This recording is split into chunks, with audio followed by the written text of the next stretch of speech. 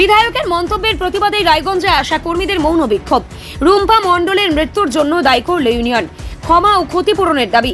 এই বিষয়ে জানা যায় বাঁকুড়ার শালতুরা ব্লকের বিধায়ক চন্দনা বাউরের মন্তব্যের জেরে আশা কর্মী রুম্পা মণ্ডলের মৃত্যুর অভিযোগে মঙ্গলবার রায়গঞ্জে প্রতিবাদের সরব হল AITUC অনুমোদিত পশ্চিমবঙ্গ আশা কর্মী ইউনিয়ন। সংগঠনের ডাকে এদিন দুপুরে রায়গঞ্জ বিডিও অফিস প্রাঙ্গণে শোক দিবস পালন ও মৌন বিক্ষোভ কর্মসূচি পালন করা হয়। এই দিনের কর্মসূচিতে উপস্থিত ছিলেন সংগঠনের জেলা সম্পাদিকা মিনতি সরকার ও সভাপতি মাধবীলতা পাল। জেলার বিভিন্ন ব্লকের আশা কর্মীরা এতে অংশ নেন। এই বিষয়ে সংগঠনের সম্পাদিকা মিনতি সরকার অভিযোগ করেন, একজন জনপ্রতিনিধির এই ধরনের অগণতান্ত্রিক ভাষা ব্যবহার অত্যন্ত নিন্দনীয়। তিনি বিধায়কের প্রকাশ্যে ক্ষমা চাওয়ার প্রার্থনার দাবি জানান। পাশাপাশি মৃত আশা কর্মী রুম্পা মণ্ডলের পরিবারের দাবি সম্পূর্ণ দায়িত্ব রাজ্য সরকারের নেওয়ার দাবি তোলেন। এই ঘটনাকে কেন্দ্র করে আশা কর্মীদের মধ্যে ব্যাপক ক্ষোভের সৃষ্টি হয়েছে বলেও জানান তিনি। এই ধরনের ঘটনার পুনরাবৃত্তি যেন না হয় সে কথাও তিনি জানালেন। রায়গঞ্জ থেকে প্রণব কুমার দেবনাথের রিপোর্ট আর বঙ্গ সংবাদ। আমার নাম মিনতি সরকার, পশ্চিমবঙ্গ আশা কর্মী ইউনিয়ন রাজ্যের সদস্য এবং উত্তর দিনাজপুর জেলার সেক্রেটারি। আজকে আমাদের খুব একটা শোক দিবস পালন করা হচ্ছে, দুঃখজনক ঘটনা। নিশ্চয়ই আপনারা এর জন্য অবগত আছেন যে বাঁকুড়ার যে আমাদের এক আশা দিদি কালকে হার্ট অ্যাটাক করে মারা গেছেন। ওখানকার বাঁকুড়ার যে বিধায়ক চন্দনা বাড়ু, সে যে এমন ভাবে একজনকে অপমান করেছে, সব দিদির মানসিকতা তো সমান না।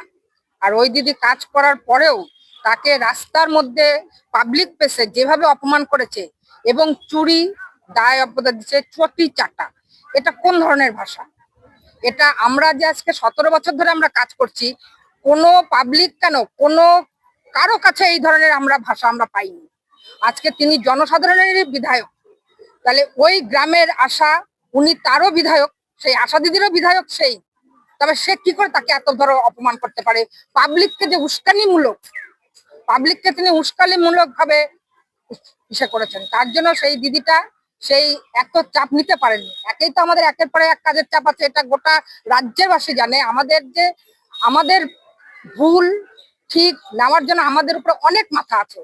একদম আমাদের ফার্স্ট লেভেলের NM দিদির থেকে শুরু করে CMO অবধি আছেন। এই এতগুলো দপ্তর আছে, আমরা যদি ভুল করি তাকে জানাক, তারা আমাদেরকে জানাবে।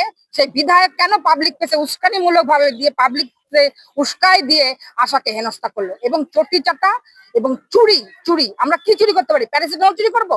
ORS চুরি করব? এটা কি চুরি করার জিনিস? আম পাবলিক আমাদের এত শ্রদ্ধা করে, গ্রামের লোক আমাদের এত শ্রদ্ধা করে, সেখানে একজন বিধায়ক কেন উস্কানিমূলক গ্রামের লোককে দিলেন যে সে বাড়ি বাড়ি গিয়ে কাজটা করবে? যেখান থেকে অফিস বলছে আমাদের কাজটা উঠানো দিয়ে কথা, উপর থেকে বলে দিয়েছে আপনারা যেভাবে পারবেন কাজটা উঠায় দেন। তারা রিকোয়েস্ট করছে, উচ্চস্থ আধিকারিকরা রিকোয়েস্ট করছে আশাদেরকে যে আমরা না উঠা দিলে তারা কাজটা উঠাতে পারবে না। সেখানে জনসাধারণের প্রতিনিধি হয়ে সে কেন আশাকে এত ধরনের কথা বললেন? তিনি কেন অপমান করলেন? আর তার যে এই যে মৃত্যুটার জন্য কে দায়ী হবে? এটা সরকারকে এই দায়িত্বটা নিতে হবে। তার 12 বছরের একটা বাচ্চা মেয়ে আছে, তার ক্ষতিটা কার হলো? তার বাড়ির লোকের ক্ষতিটা হলো, বিধায়কের কিন্তু কোনো ক্ষতি হলো না। সে গলা ফুলিয়ে চটি চাটা আর চোর এই ভাষাটা বলতে বলতে তার মুখে আর বাঁধলো না। পাবলিক প্লেসে পাবলিকদেরকে উস্কাই দিচ্ছে। সেই আশা অন্য আশারা তাহলে পাবলিকদের যদি এরকম উস্কাই দিত, অন্য আশারা কি করে কাজ করবে? আমরা এই ইকুয়েসি তার হাতই দেবো না। আবাস যোজনার সময় এরকম হয়েছে, অনেক আশা দিদি প্রাণ গেছে। এবারও আমরা প্রথম থেকেই এটা শুরু করেছি। যখন আমরা জয়েন্ট হই তখন কি আমাদের অ্যাপয়েন্টমেন্ট লেটার ছিল যে আমাদের ফোনে কাজ করতে হবে, ডাটা এন্ট্রি কাজ করতে হবে? সেটা তো ছিল না। আমরা চাইছি সেই বিধায়কের একদম চূড়ান্ত শাস্তি হোক। মুখ্যমন্ত্রী, মাননীয় মুখ্যমন্ত্রী বলছে যে কোনো কিছুতে জিরো টলারেন্স, তিনি কারো অন্যায় তিনি সহ্য করবেন না। এই অন্যায়টা তিনি কি করে সহ্য করেন সেটা আমরা দেখতে চাই। কারণ আমাদের এই যেই আশাকর্মী দিদিটা মারা গেছে তার ক্ষতিপূরণ তো দিতেই হবে, এবং বাচ্চাটার পুরো দায়িত্ব তাকে নিতে হবে। তার যে লেখাপড়া করার যে দায়িত্বটা, সে আর্লি ইনকাম ম্যান ছিলেন, তার যে দায়িত্বটা তাকে নিতে হবে। আজকে এই জিনিসটা ধামাচাপা দেওয়ার জন্য স্বাস্থ্যমন্ত্রী আমাদের ইউনিয়নের পক্ষ থেকে স্মৃতি, রাজ্যের যে সম্পাদিকা স্মৃতিকে ডেকে পাঠিয়েছে।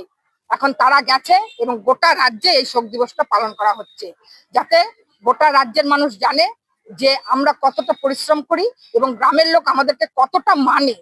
তিনি কেন উস্কানিমূলক এটা বক্তব্য দিলেন আর একটা দিদির প্রাণ গেল?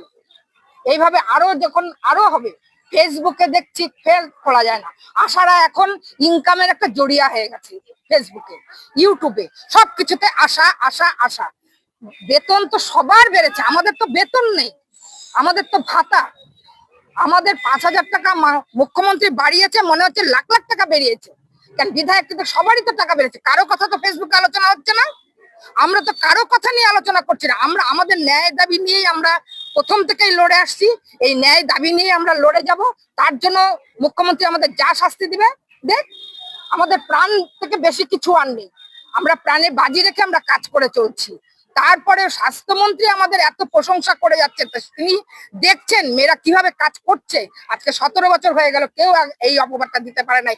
সে কেন চুরির অপবাদটা আমাদেরকে দিল, এবং চটি চাটা কাকে বললো? আমরা যখন 9 সালে ঢুকেছিলাম তখন কি চটি চাটা ছিল কেউ? তখন এই ভাষাটা ছিল কারো মুখে? কারো মুখে এই ভাষাটা ছিল না। একজন বিধায়ক, জনপ্রতিনিধি, সে আমাদের ওই গ্রামের সবার প্রতিনিধি, সে গ্রামেরকে কেন উস্কানিমূলক ভাবে উস্কালো গ্রামের লোক? আপনাদের দাবি যদি না মানা হয়, যে কারণে এলেন, তাহলে আগামীতে কি করবেন ভাবছেন? আগামীতে স্বাস্থ্য ভবন থেকে কি আলোচনা হচ্ছে সেটা রাত্রে আমাদের আলোচনা হবে। আমাদের স্টেট ইউনিয়ন থেকে গেছে, সম্পাদিকা গেছে, যেভাবে ইনস্ট্রাকশন আসবে আমরা সেভাবেই চলবো। আরো যদি বৃহত্তর আন্দোলনে যেতে যাব, এখন স্বাস্থ্যমন্ত্রী যদি মনে করে আমি মানবো না, আমি আরো গ্রসারি থেকে কসমেটিক্স,